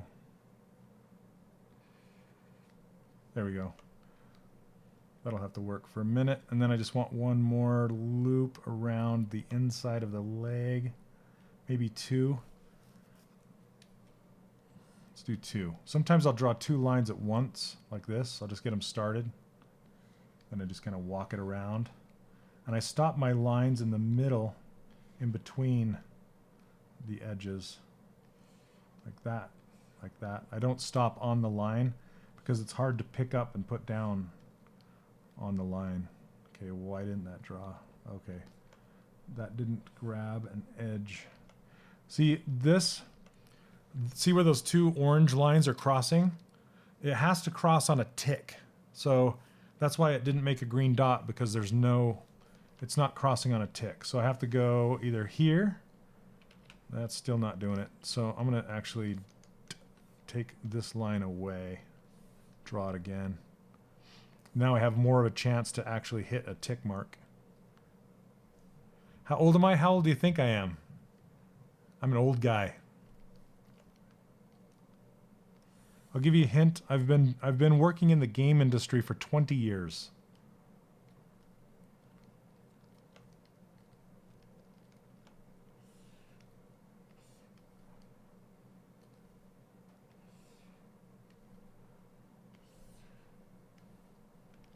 Okay, this didn't take either. See, I don't know why I decided not to cross right there. There it goes. Let's draw this one again. Whoa. 58? 58? Come on. I'm not 58. Close. No, I'm not close. Chauvelus is the closest. I'm 48. I'm a grandpa. I have a grandkid. Just barely. He's 1. My grandkid's 1. Those are 20 consecutive years, yes. I've been doing it since 1998. Nice. 48s. Go 48s for the win. Okay. I'm trying to get this to... There it goes. Whoa. Okay. I want this to make... Okay, there it is. Now, that just makes the pants... Basically, yeah, the retop brush could be absolutely need some work. I only use it to make clothing with, inside clothing and props. I don't retopologize an entire character in here. It's just too frustrating at the moment, but I don't know if they're working on it or not. Okay, split unmask points. Down arrow. Where are you, my pants? Okay, pants. So let's uncrease all, and then I'm going to crease it again because I want it to hold the edges, but I don't want to crease down the center. So I'm going to go to crease. I'm going to crank the tolerance down and hit crease. No, not down. Up. The other way. I can never remember which direction. Okay.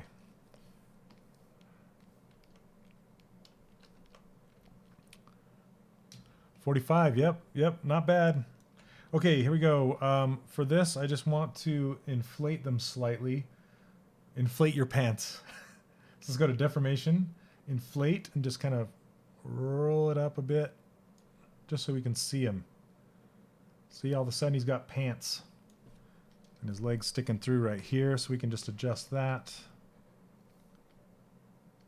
There you go. Pants. The bottom cuff is a little...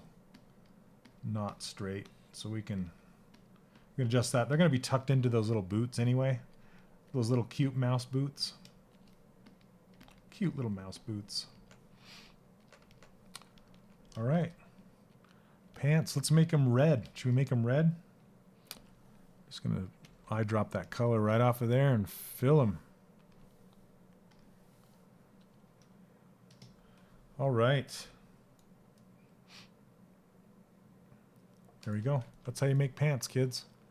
Yes, this is ZBrush 2019. Just came out. So now I can make his vest. Let's make his vest the exact same way. By drawing the topology right on the surface. And then he's got that really cool kind of wide belt going around the back of him with another belt on top. Eyedrop? Oh, you need the eyedrop, Dan? Are you being serious or funny right now? Eyedrop is the letter C on your keyboard.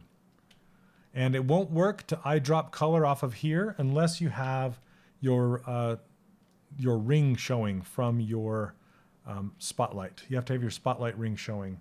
Then you can just hold down C and hover over. You don't have to click. You can just hover over colors, and it will eyedrop colors off of your reference. All right, Francis. Take care, man. Thanks for hanging out, and thanks for making that tutorial. One more shout out. Francis just put up a new tutorial on ArtStation talking about the new Zremesher. Let me see if I can find it. Oh, here we go. There we go. Check this out. Over on ArtStation. If you just go to trending, it's trending right now today. But he talks about how to get this awesome topology that he figured out using creasing and the new Polygroup It plugin. So yeah, check out this tutorial. It's really good. Thanks, Francis. Take care, man. What's my favorite character, either made personally or for a studio? That's a good question. My favorite on Spotlight only. Are you talking about the new 2019 Spotlight functionality? I haven't played with that I haven't played with that a lot to I'm not comfortable enough with showing it on here because I don't know enough about it. I've played with it somewhat and I've used it and it's really fun, but if that's what you're talking about, making geometry with Spotlight, I'm just not that comfortable with it yet. Oh, you won't have the new Zremesher till September. Ah, cool. Yeah, it's fun. It's super fun. It feels so much faster to shape things when they're flat. Oh, after a couple weeks in 3D, I really love to draw and paint. Yep, it's fun. Fun. Okay. And I also have one more shout out. I have a new user interface for ZBrush 2019. You can go grab it on my website. The link is right up above my head, 3dcharacterworkshop.com. Just go right to that homepage and you'll see it. You can grab my latest user interface. The brushes really didn't change at all. They didn't change at all. And I did update my ruler to I added more tick marks, more fidelity and stuff like that. So yes, Sophane, that is a different technique that I typically don't use, but a lot of people do use extract. Me personally, I like to have the low resolution of a hand-drawn topology, so that's the technique that I use. But you can absolutely use extract if you'd like. Oh, you never use Spotlight at all for anything? Yeah, I use it for reference a lot. And that's pretty much what I use it for. Okay, so let's see. But I can show you guys the extraction method right now. With the new Zremesher, it might be a more viable solution. So let's check it out. I'm grabbing the body. I'm going to duplicate it because I'm going to delete a portion of it later. Let's see. You can also do, yeah, I'll show you another technique you can do. So duplicate, hide. I also have an online workshop you can check out at 3dcharacterworkshop.com. If you go to my homepage right here, you can check it out right here, Shane's Workshop. You click here, and then you can go watch this presentation, and it will tell you all about the 3D Character Workshop if you're interested. So yeah, feel free to go check that out too. Okay, so for this vest, what I want to do is I'm going to apply the dynamic subdivision so I have more density to make my mask. But I'm going to mask off where his vest would be. And then I want to overlap his vest over his pants a bit, just so I have something to work with there. Then I don't want it to go as low in the back.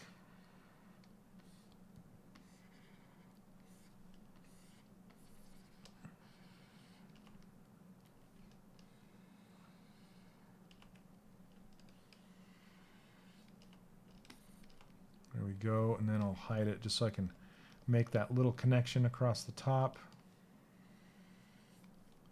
And the arm hole, something like that. I do not sell them, Sophane. I'm sorry. Most of my models are either for personal use or for freelance. But yeah, I haven't. I was thinking about getting some of them rigged up to sell. I just haven't yet. Okay. So we got this shirt now. What we can do is I can just hit Control W and it's going to put that shirt into its own polygroup. And then what I can do is just hide it, inverse, hit Control W and put the rest in a different one. So I have that, and I'm just going to try Zremesher right now. You know what, Dan? That's been done before. You wouldn't be the first one. There's actually standing desks with treadmills built in. You can check those out. Okay, so yeah, it wouldn't be a bad idea, honestly. Okay, so I'm going to Zremesh this with keep groups on.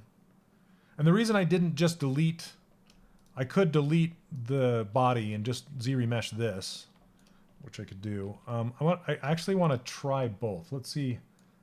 Let's do an experiment. Let's duplicate this and see what the Zremesher does with the extra geometry and without. So let's see. Let's go Zremesh this. Zremesh, keep groups. It's probably too high. We'll see.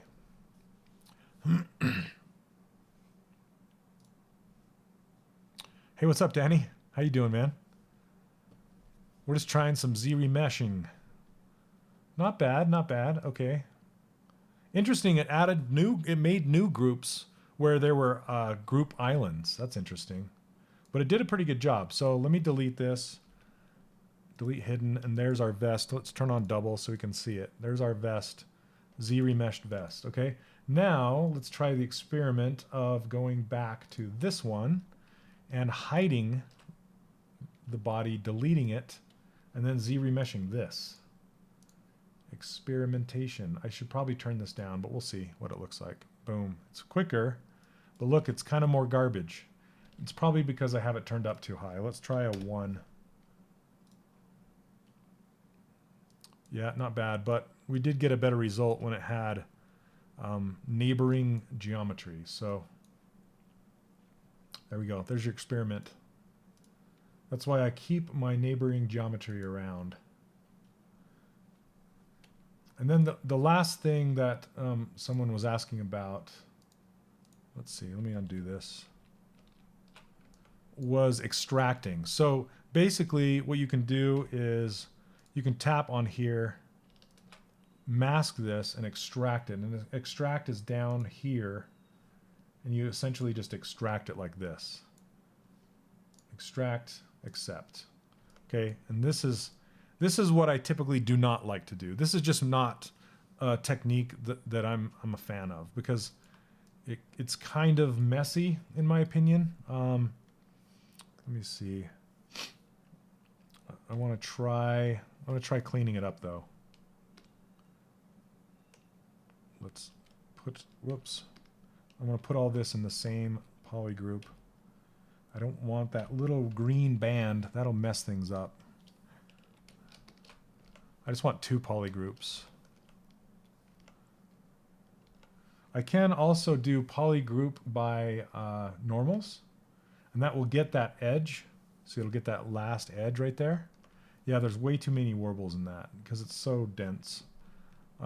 You can clean it up. There are ways to clean it up, but it's like, which direction do you want to take your steps in? Do you want to take your steps in cleaning this up, or do you want to take your steps in doing retopology in the first place, you know, or something like that? So it's completely up to you. But now that we have this, I want to do an experiment with, let's do mirror and weld, and then we'll do keep groups and Z-remesh this with thickness, because it will actually do a really good job keeping these edges, but we'll go low with it. We'll try with keep groups. Let's go a 3. Let's just try a 3. Okay. See, you just get different, you know, different results from the different techniques, but you can see how nice it keeps rings now, because the new Zremesher is all about hard surfaces, and it just loves the hard surface stuff. So if you guys can kind of like work in your organics to make ZBrush think it's some kind of hard surface thing like this, then it works out too. Some guys, they use modeling characters in Maya first. Yep, that's kind of the old way to do it. There's so many different ways. There's so many ways to make stuff. I still will model stuff in Maya or elsewhere and bring it in. But typically, my workflow, I like to not think about topology when I'm building out my characters. So I'll just build everything inside of ZBrush, ignoring the topology, and then I'll do the topology at the very, very end again. So, okay. Anyway, this is probably my favorite, but I want to Zremesh it. Back to maybe 2 polys, 2000. Too much. I'm going to hit the same. Let's do same. So under Zremesher, there's this button called same. And you can essentially just keep the same number of poly groups, or polygons, but redistribute them differently. So same, boom, let's see what that looks like. It's a little better. Not bad. Has this little weird thing right there, but that's all right. That'll work. Now I can hit D to turn on dynamic subdivisions. Let's delete that other. Let's get rid of this.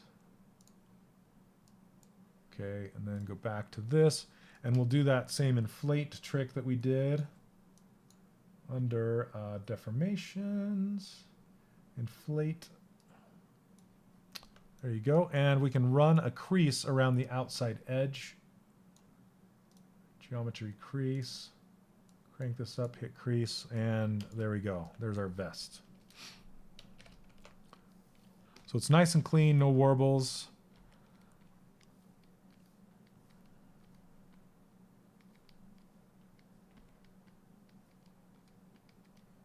Okay, and then we can just kind of smooth it out. Hey, what's up, Sean? I'm about to leave, man. you just barely shut up. It's daylight savings time right now, so we got people who are a little thrown off. Okay, so I'm going to grab this color off of here.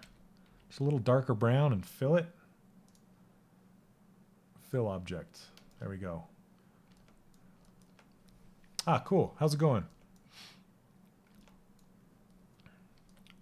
What's up, Chris? Let's see. Bum.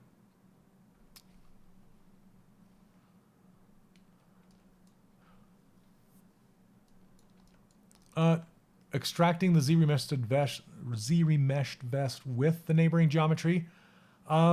So, well, I don't completely understand what you're talking about, but extract works based off of masking.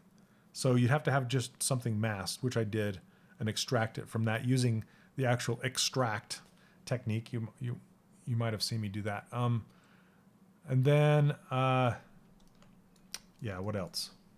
I'm trying to think of. There's so many different ways to make clothes. My preferred method is just this one turned out okay, but it would be cleaner if I would draw that topology right on the surface. So my preferred method is just drawing right on the surface of the object. That's my favorite. My second favorite is to use the new Zremesher and just kind of isolate what I want and pop it off of there. So yeah, those are my least favorite method is using the mask extract because it's just not very clean. Yeah, it just makes a lot of warbles between everything. So, okay. All right, guys, I think that's it. I'm going to wrap it up. Let's put this in perspective. I'm going to switch. Yep, the camera's on 35. So this isn't much difference from what it was last week. So it's going to look the same. Like the preview is going to look the same. It looks like it took me 2 hours to make a top and some pants. That's okay. Totally fine. Anyway. All right, guys. Have a great week. We'll see you next Monday. And again, it'll be at the new time, the hour earlier because of daylight savings time. Thanks, Nitons. I don't know if that's how you say your name, but yep, you're welcome, guys. Thanks for hanging out. And as I said before, I have a brand new updated user interface and ruler file. So if you want to go get that, you can go to 3dcharacterworkshop.com and you can see the brush download right on the front page. You can sign up for that. I also have a new presentation talking to you about my online workshop. So you can go check that out. You can register to watch that. It's like 25 minutes long, not too long. You can go check that out. Anyway, guys, thanks and take care. Thank you, FixLogic, for having me. It's always a pleasure. Thank you for letting me participate in the beta, and have a great time with ZBrush 2019. Last thing I'm going to show you is this. If you do not own ZBrush yet, they do have a perpetual license still. You can still buy it. But if you don't own it yet because it's too expensive, they now offer a subscription service. You can either pay month to month or you can pay every 6 months. And if you do a 6-month subscription, here's a code you can use until I think March 20th or something like that. Oh, you can't see the last letter. Thank you. Boom. There you go. So you can use this code to get 30 months or $30 off a 6-month subscription. There you go. All right, you guys. Have a great rest of your week and happy sculpting. Take care. We'll see you later.